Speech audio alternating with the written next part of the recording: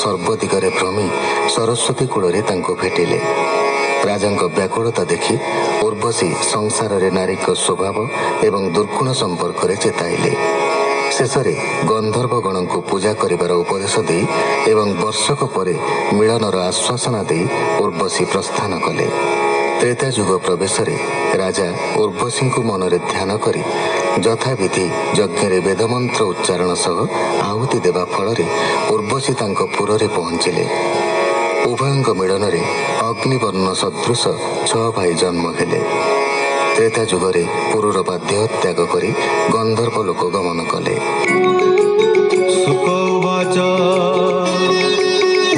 ସୁତ ଗାଧି ନାମ ଅତି ସୁନ୍ଦର ଗୁଣ ଧାମ, ତାହାର କନ୍ୟା ସତ୍ୟବତୀ, ତା କଥା ଶୁଣ ହୁ ନୃପତି। ରୁଚିକ ନାମେ ବ୍ରହ୍ମ ଋଷି, କନ୍ୟା ମାଗିଲେ ତାକୁ ଆସି। ଦେଖିଣ ବୃଦ୍ଧ ତା ଶରୀର, ସେ ଗାଧି ନ ବରିଲା ବର। ବୋଲେ ରୁଚିକ ମୁଖ ଚାହିଁ, କନ୍ୟା ଲଭିବୁ ଯେବେ ତୁହି। ହୋଇବୁ ମୋର କନ୍ୟା ବର, ତୁ ଏବେ ମୋର ବୋଲ କର। ସହସ୍ର ମତେ ଦିଅ, ଚନ୍ଦ୍ରର ପ୍ରାୟ ଯାର ଦେହ। କର୍ଣ୍ଣ ହୋଇବ ଶ୍ୟାମ ବର୍ଣ୍ଣ, ତେବେ ମୁଁ ଦେବି କନ୍ୟା ଦାନ। ହେମନ୍ତି ରାଜାର ବଚନେ, ରୁଚିକ ବରୁଣ ଭୁବନେ। ମିଳି ବରୁଣକୁ ମାଗିଲେ, ବରୁଣ ଶସ୍ତ୍ରେ ଅଶ୍ଵ ଦେଲେ। ସେ ଅଶ୍ଵ ଆଣି ମୁନି ଦେଲା, ସତ୍ୟବତୀ କି ବିବାହ ହେଲା। ରୁଚିକ ପତ୍ନୀ ପୁତ୍ର ଅର୍ଥେ, ବିଚାରି ମାତାର ସହିତେ। ପୁତ୍ର କାମନା କରିବେନି, କାମନା କଲେ ଚରୁ ଘେନି। ଯଜ୍ଞ ଆରମ୍ଭେ ପୁତ୍ର ଅର୍ଥେ, ଚରୁ ସଞ୍ଚିଲା ବେଦ ମନ୍ତ୍ରେ। ମାତା ଦୁହିତା ଅର୍ଥେ ବେନି, ଚରୁ ସାଧିଲା ମହାମୁନି। ସେ ଚରୁ ଦେଇ ପତ୍ନୀ ହସ୍ତେ, ରୁଚିକ ଗଲେ ସ୍ନାନ ଅର୍ଥେ। ଯେ ଚରୁ କଲା ମହାତ୍ମା, ଶୁଣ ସେ ଚରୁର ମହିମା। ଏକ କ୍ଷତ୍ରିୟ ବିପ୍ର ଏକ, ସେ ଚରୁ ବିପରୀତ ଦେଖ। ସତ୍ୟବତୀର ମୁଖ ଚାହିଁ, ମାତା ବୋଲଇ ଭ୍ରାନ୍ତି ବହି। ତୋ ଚରୁ ମୋର ହସ୍ତେ ଦିଅ, ମୁଠାରେ ଯେବେ ଅଛି ସ୍ନେହ। ହେମନ୍ତ ମାତା ମୁଖୁ ଶୁଣି, ତକ୍ଷଣେ ରାଜାର ଦୁଲଣି।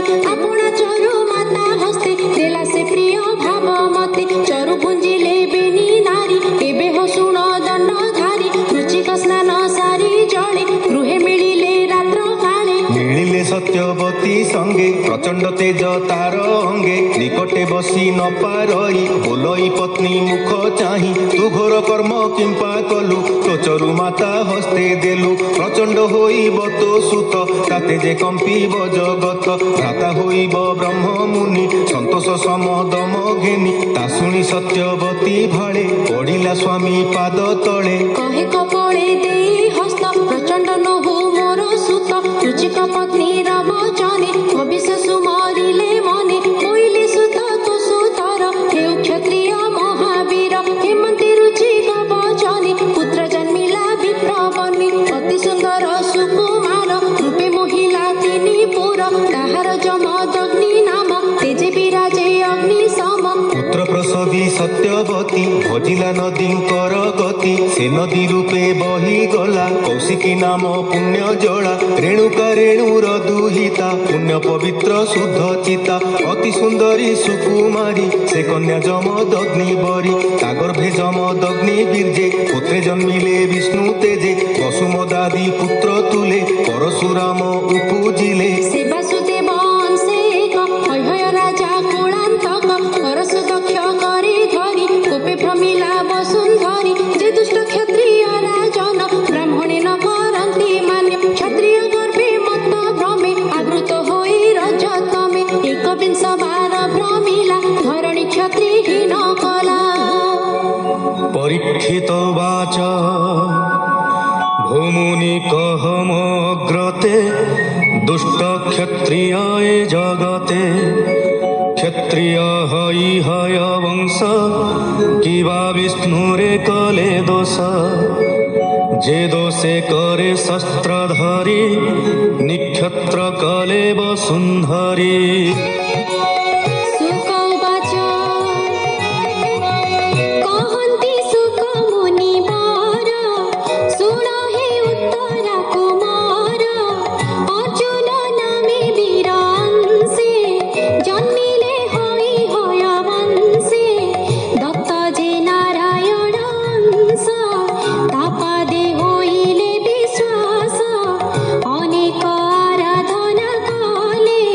ସେ ତାଙ୍କୁ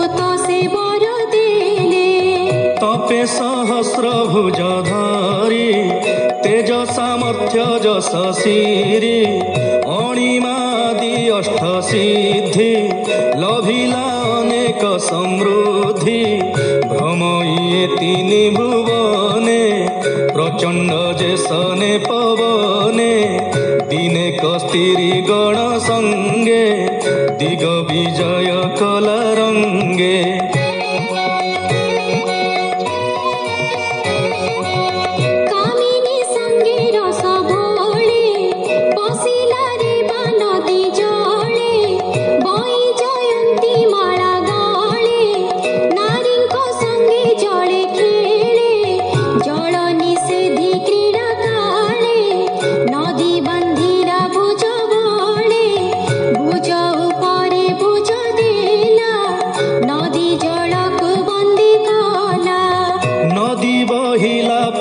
स्रोते बाम दक्षिणे ग्राम जेते पर्वत आदि घोर वन स्थल गभीर देवस्थान प्रलय प्राय जलपुरे कामिनी गणे क्रीड़ा करे एही समय दशानन दिग विजय करी मन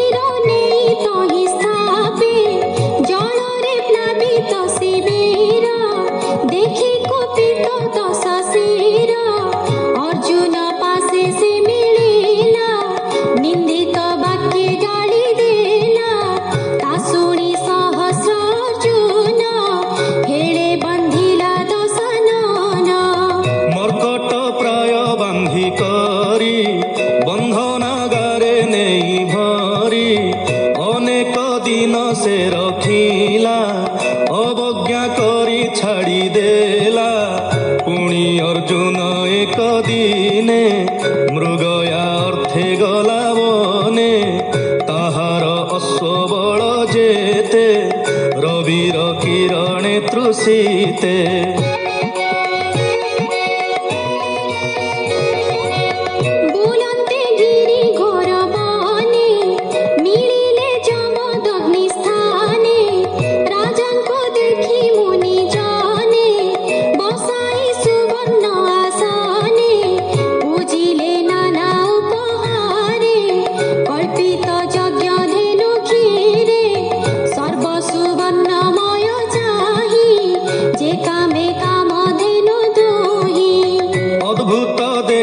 रूपमणि संकोचे मने मने गुणी भृत्य कुराई आज्ञा देला ए धेनु घेन रे बोइला मुनिंकी अनादर करी तक्षणे गला दंडधारी से धेनु बत्सा संगे बांधे पथे चलन्ते धेनु कांदे।